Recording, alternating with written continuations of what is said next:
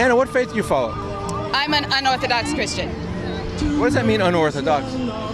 We're not part of any known denomination. We believe in God. I'm not even part of a church. If I have trouble, I do have a pastor I can call in Long Beach, but most of the time I just open the Bible and I read. That's the greatest source of comfort. God's. Okay, so this song that's playing, who wrote it? Pat Boone. How did Pat Boone come to write a song like this, a Christian American in the 1960s? It was for the 1963 motion picture film Exodus, starring Paul Newman, Eva Marie Saint. And obviously, I'm not sure if anyone hasn't seen the movie, watch it. It's one of the best films ever made. What does it teach you about the founding of the State of Israel? It teaches you quite a lot. It actually is nice how they go, like most of the time in this day and age, they don't show you everything. But the thing with classic movies, they always go way back to the beginning and they break it down for you so you can actually see and the resolution and the conflict, and they resolve it. Like they show how it is like it's, oh my gosh, the movie, it's still so powerful. I think that it's probably more powerful than the Ten Commandments with Heston. Yes, I've seen that. I own it. So why did you come to this pro-Israel demonstration today? Always going to support Israel, no matter what. Like anyone can say, like, it's Palestine, I'm sorry, it's Israel's land, and that's the way it was resolved. I know the Palestinians don't accept that, but if you look at all through history, you know, like if you look at it, if you think about it, the Jews should have like no chance at taking it over, but they have, because God has his hand on his people, and he's always going to protect them. They're going through a difficult time now, but we know in the end, like, we're backing them, God's backing them, and God's always going to have their back. Is Biden backing them? Oh, hell no, he's not. He can say he is, but if you look at it, Trump had brought peace. He was bringing the troops out. Biden has barely been in office a month, and within a month, Israel's already back at war. There's turmoil in the Middle East. Biden can say he's doing something, but I don't believe it. There's a lot of anti-Semitic attacks against Jews from Muslims. Where are the Christians speaking out against this kind of racism against Jewish people? That's what I'd really like to know. I've got multiple Jewish friends, and it's like some of them are very upset. Someone actually sent one of my friends, I'm not going to reveal her name, a meme of two Palestinians hanging a Jew, and his hands were cut off and he was bleeding, and they sent her that. She reported it to Facebook. They said, sorry, this doesn't go against, our policies, and they let it stay. That was a direct threat towards her. And even way back when I was doing the Trump rallies and I'd always show support for Israel, most people are like, you're a Christian. They're like, why are you supporting Israel? And I'd always have to explain myself.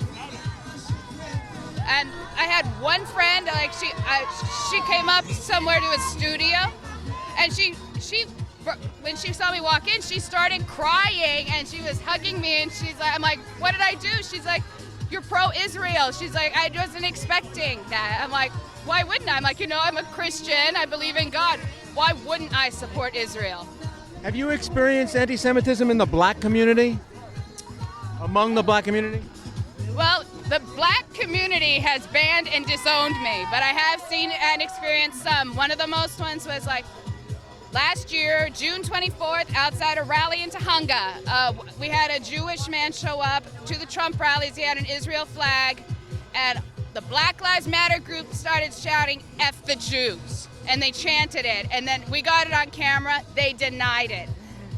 But they did it the minute They can't deny it if you have it on camera. They still deny it. They're saying F the news, but the news is on their side, so we know that's not what they were saying. Wow. But is it just within the BLM movement, or is it more mainstream, you think? I'd say it's both.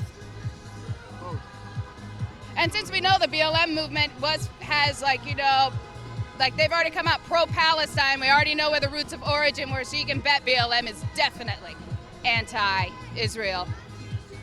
Are your reasons for supporting Israel exclusively because of your religious orientation? Or if you weren't Christian, or someone who's watching isn't Christian, are there good reasons, good arguments to defend Israel and the Jewish people from this unique discrimination? Well, even if I wasn't a Christian, like, you should always defend against discrimination, but also a good reason to defend the Jews is that Israel is their land. Even if you're not a Christian, everyone's always heard about the Bible and how the Jews have always been there. Everyone knows it's their land, even before this whole conflict began, all the way back to Bible times. Everyone knows that. Religion has nothing to do with that. Even the biggest atheist knows Jews and Israel go hand in hand. How about Jews with blacks in fighting for civil rights?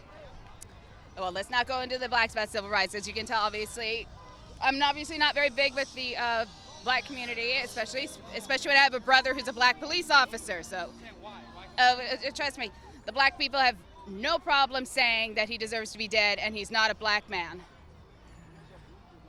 Well, but that isn't universal among blacks, is it? When I find a black person on the Trump side, it's always very interesting. Like, we're at rallies, everyone gets a little anxious around me, like when there's a person walking towards us, especially if they're black, because they're not sure what kind of abuse I'm going to receive. Because they are like, and I'm not saying this, I've been abused by multiple people, multiple races, but it's always the black community that is always the more aggressor towards the conservative. And it's very funny, I grew up in the city where I live, and I lived there for over 25 years. The very first time I got called the N-word was from someone on the Black Lives Matter side. Isn't it acceptable for one black to call another black nigger? Wasn't a black person that time. Oh, it wasn't? Yeah, and it's really funny because the one time I was called, this is where it gets a little weird. One time I was called that by a black person, another black person knocked that person on their butt. But all the songs, all the records have that word that's like the most popular word in black music culture. I say they should ban that word completely, and here's my reasoning. I think this is discrimination. If they want to use the word, I personally think it's a very nasty and vulgar word. But if the black community wants to use it, then they have no right to discriminate from other races using it. You discriminate against? Because if they're going to use it, why can't other people use it? It's either a bad word for everyone, or else, because it can't be just, it's bad for everyone but us. It can't be that way. It has to be a bad word for everyone.